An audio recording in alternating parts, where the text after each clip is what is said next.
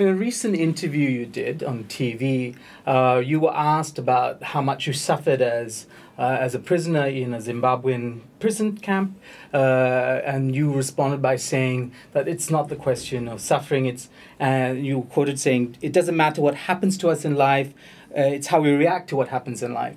But, when I watched it, I was a little surprised by how the media framed it. They were very interested in your experiences in that camp. It seemed to me slightly misplaced because you were a member of the South African Special Forces, and it seemed like perhaps you deserved to be there. And, but you have in some ways garnered a lot of sympathy for that time that you spent as a prisoner.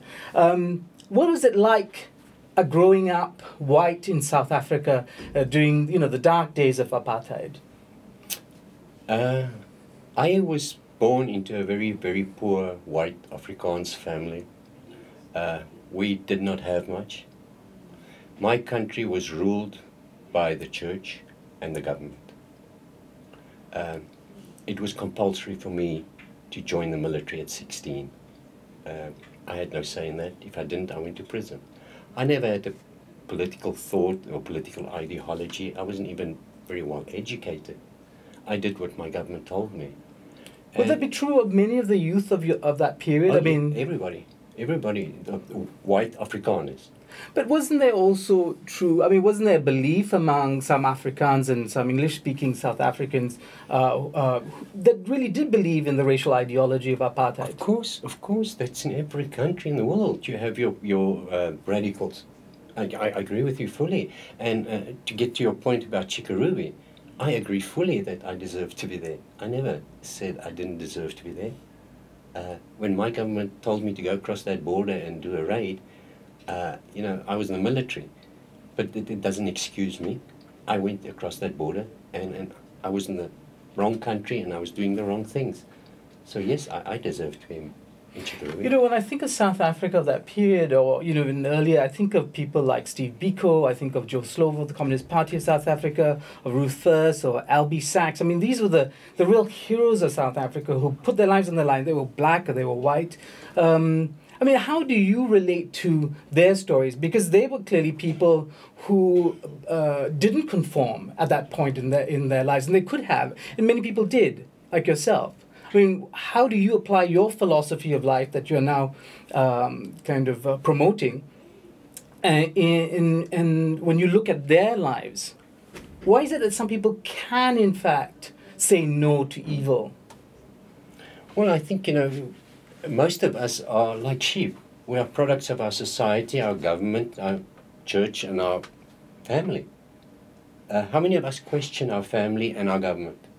But some people do. No, but that's right. But what I'm saying, I support that now, in hindsight. But at that stage, I was a product of my society. I didn't go to war because I hated anybody. I didn't go to war because I wanted to kill people. Some of the blacks were my friends. When I grew up with blacks. I spoke Afrikaans and 3 black languages by the time I was 10. I couldn't speak English until I was 21. I had no racial thoughts about anybody. I didn't go to war because I hated a black or anybody else. We were fighting communism. That's what we were told. The ANC was supported, funded, trained and armed by Czechoslovakia, China and Russia. So they told us, you're fighting communism.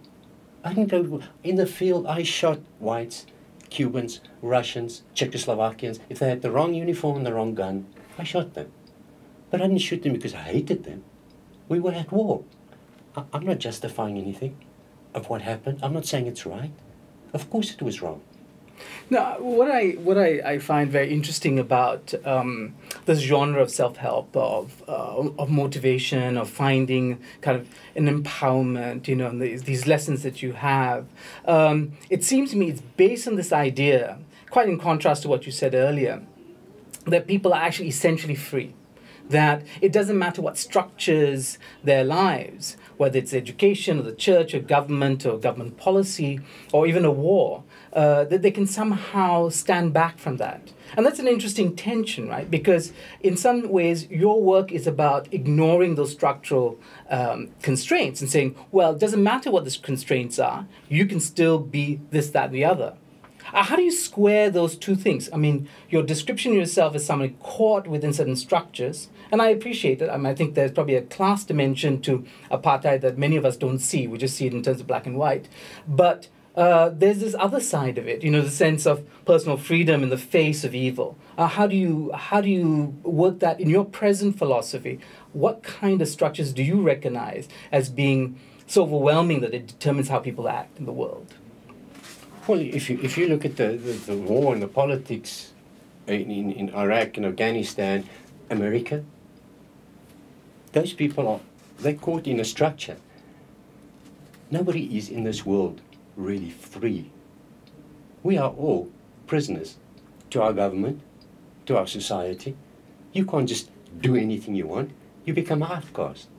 Steve Biko that you mentioned, Nelson Mandela, for who I have utmost respect, and I think you can compare him to Gandhi. That was a man that changed the world and is revered by everybody. And I agree with that. How many of us break out of this structure that we're in? We all think we're free men. You're not. Look at your passport. It says it can be revoked by your government at any stage. So nobody is free. We are all prisoners of our environment and our culture where we are born. And very few of us break out of that because we don't want to leave our comfort zone. We are in our comfort zone. I had to go through that whole journey through Chickaruby. I had to get cancer and been told I had 6 months to live before I saw the light, so to speak. But I don't justify my past. I'm not saying I'm a saint now. I'm saying I learned through some terrible ordeals what Steve Biko and Nelson Mandela came to many years ago on their own. Now you are taking your message essentially to the business community, I understand. But back in South Africa, I know that South Africa has had many challenges. Well, there's a lot of promise in South Africa as well. What do you think are the main issues in South Africa today? Well, you know, like any country coming out of a 32-year civil war, unemployment, you have soldiers that went into the military on both sides at a very young age, 12 years old, 16 years old. And they fought for 32 years. Suddenly, the war's over, the new government takes over. They didn't look after all their soldiers. They just demobbed them. They gave them a few $100 and said, the war's over, go. You have guys that were taught to kill from the age of 12. Suddenly, he's 50. He's got no job. What do you think this guy's going to do? Okay, I mean, finally, what is your hope for South Africa? How long do you think it will take for South Africa to find justice for those who are hurt in the apartheid era, whether it was the person was white or black? I mean, whether it's soldiers who are utilized as cannon fodder by their governments, or poor people in the shanty towns who never had an education.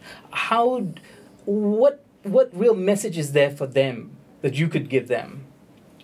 Well, you know, I think South Africa is a model for how it should work after a war has ended.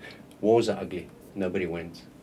Not the aggressor or the one that's been attacked. South Africa is heading in the right direction, but you cannot change 32 years in 10 years or 15 years. It's going to take 2-3 generations. But the good thing is, even the young generation in South Africa, you go visit it. Black and white. There is no color. They don't speak about it. They don't even speak about the war. They cannot even remember it. When I go to South Africa, people look at me and they shake their heads and like, what are you talking about? What war? There's more animosity in South Africa today between the people, the immigrants coming across the border, flooding in and taking jobs, South African jobs, than there's any other problem. There's no problem, a racial problem in South Africa. You go there. There is no racial problem. And I think, we're heading in the right direction. I think in the next 10 to 15 years, South Africa would be the powerhouse, not just of Africa, but of Europe also. We have all the resources, and our people, black and white, are the most forgiving, the most generous, loving people, and the people that has the most drive to want to learn and change the world. They don't want to revisit the past. They wanting retribution or wanting justice for what happened in the past. They're not interested. There are a few hardcores on both sides, white and black, Afrikaners, English, you call it. You know, there's hardcores, yes, but in general, the majority of the population don't even want to talk about the past.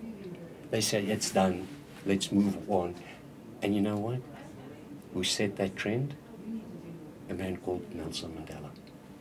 Thank you very much. It's a pleasure, sir. Thank you for the interview.